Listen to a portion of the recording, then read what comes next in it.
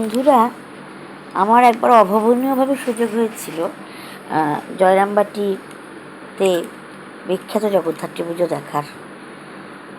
সেটা 2019 সাল।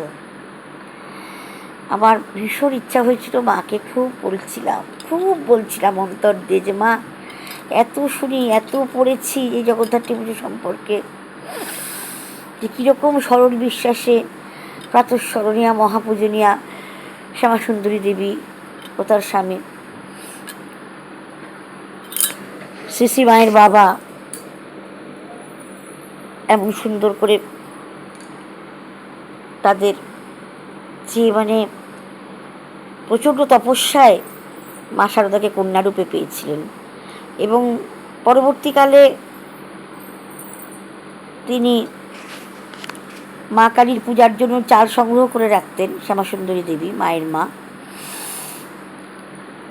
একবার পড়শিরা তার চাল নিল না ঝগড়া করে, তখন তিনি খুব কষ্ট পেয়ে বলছেন, কালীর চাল কে খাবে, এই চাল তো কেউ খেতে পারবে না।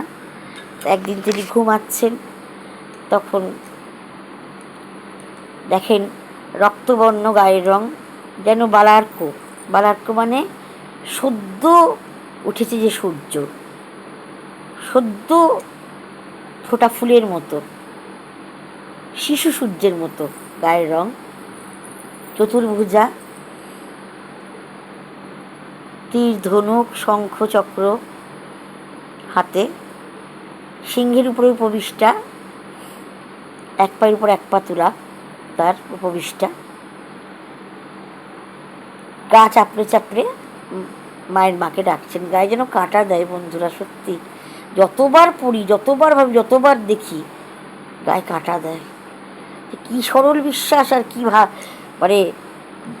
পবিত্র অন্তঃকরণ হলে তবে এমন সৌভাগ্য লাভ হয় জগৎজননীকে গর্ভে ধারণ করার, তার মা হওয়ার। ঠাকুরের ক্ষেত্রেও তাই, শ্রী ঠাকুরের ক্ষেত্রে তিনি বলছেন, গা চাপড়ে চাপড়ে বলছেন, ওঠো ওঠো, কালীর চাল আমি খাবো। তখন বলছে, তুমি কে?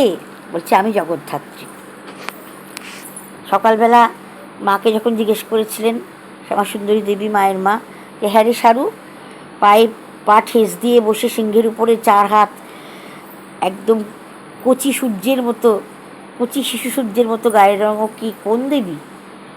মা বলেছেন, ও তো জগদ্ধাত্রী। মার নিজের মুখেই নিজের কথা বললেন। তো সেখানে জগদ্ধাত্রী পুজোয় আমার ভীষণ অদ্ভুতভাবে সুযোগ এসেছিল। আমার স্বামীর বন্ধু সমীর মহারাজ বেলুড়ে আছেন, স্বামী বিশ্বধরানন্দ পূজনীয়, উনি আমাকে বোন ডাকেন, ওনার থ্রুতে আর কি অদ্ভুতভাবে 3 দিনের মধ্যে ব্যবস্থা হয়ে গেছিলো। আমরা কামারপুকুরে ছিলাম, এবং রোজ ওই 3 দিন আমরা জগদ্ধাত্রী পুজো দেখেছি। 17 সালে একবার গেছিলাম, 3 দিন ছিলাম জয়রামবাটিতে। মা বলতেন 3 রাত্রি বাস করতে হয়, শিবপুরি জয়রামবাটি। সেটা ছিলাম, আমার এক ছাত্রী মাম্পিকে নিয়ে গেছিলাম। সে এখন বড় হয়ে গেছে, শিল্পী, সে ঠাকুর সাজায়, চাকরি করে পালপাড়াতে এখন। আর এই 19 সালের সেই যে অনুভূতি, সেই যে দর্শন, সে ভোলার নয়, সে মনের মণিকোঠায় আঁকা হয়ে আছে। আবারও সুযোগ পেলে যাব, মা যেন আবার ডাকেন। জয় মা।